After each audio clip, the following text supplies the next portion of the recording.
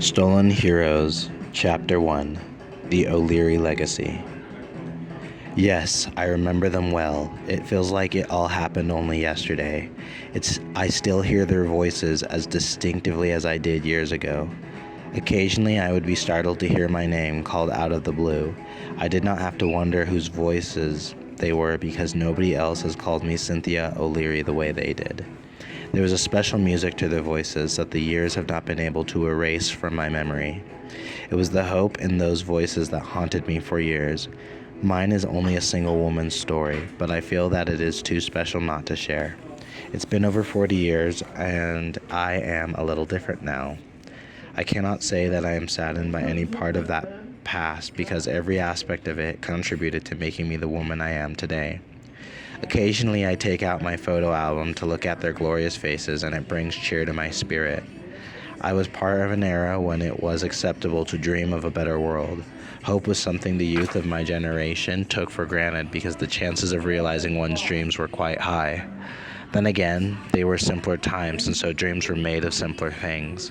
Most American dreams then consisted of a little house with a picket fence, of a spouse that read your mind before you even said what you thought, of 2.5 healthy children playing in the yard with 1.5 dogs. That was all part of the American dream, and that dream was everywhere. The music of Elvis and the Beatles competed for our adulation, and the bridge over troubled water seemed to be the only thing we wanted to build. The war was over and tyranny beaten. The world was free. It was limitless. It was ours, and it was rocking and rolling. What was most outstanding about this epoch was that love was not a wimpy word. Sex was something that happened between two people, the appreciation of other as well as of self. It was generally referred to as lovemaking, and was certainly not something bought off the shelf, not a quick substitute for a handshake, and certainly nothing to be brandished as a weapon of war. Mercy and kindness were not dirty words, rather signs of courage and virtue. In those days, it was all right to give, to reach out to strangers and touch them. The idea of sharing was popular, and greed, also known as gluttony, was not glorified, but considered a sin. God's world was vast, and God's children were everywhere. On the political front, Hitler and his obscene ideas were long dead. The line between good and evil seemed quite well defined, and good was all we wanted. The refreshing thoughts of great leaders like Mahatma Gandhi seemed to have prevailed, and Kwame Nkrumah led the Africans on a peace for independence and dignity. The imploring yet defiant voice of Martin Luther King Jr. left lingering questions in our minds, and even Mao Zedong, in his strange way, taught us a lesson in devotion to the human cause by unrelenting zeal to philosophically redefine 1 billion Chinese.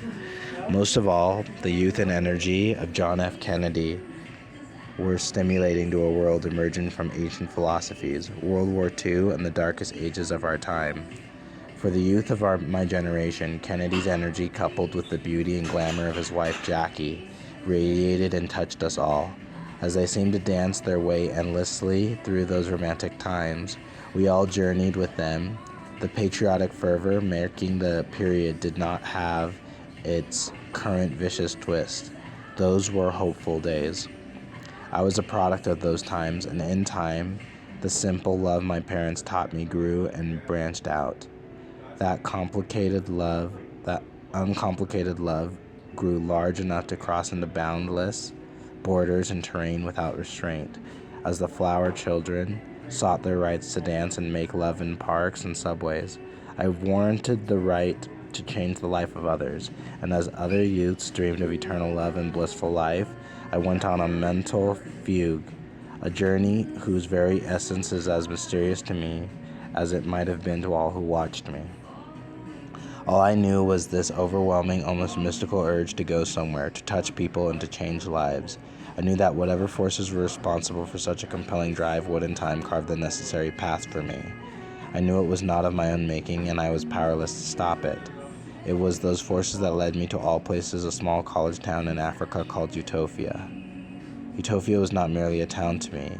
It would also come to signify an aspiration, a call to undertake a journey into the unknown, a yearning to ameliorate the human experience and to change the world.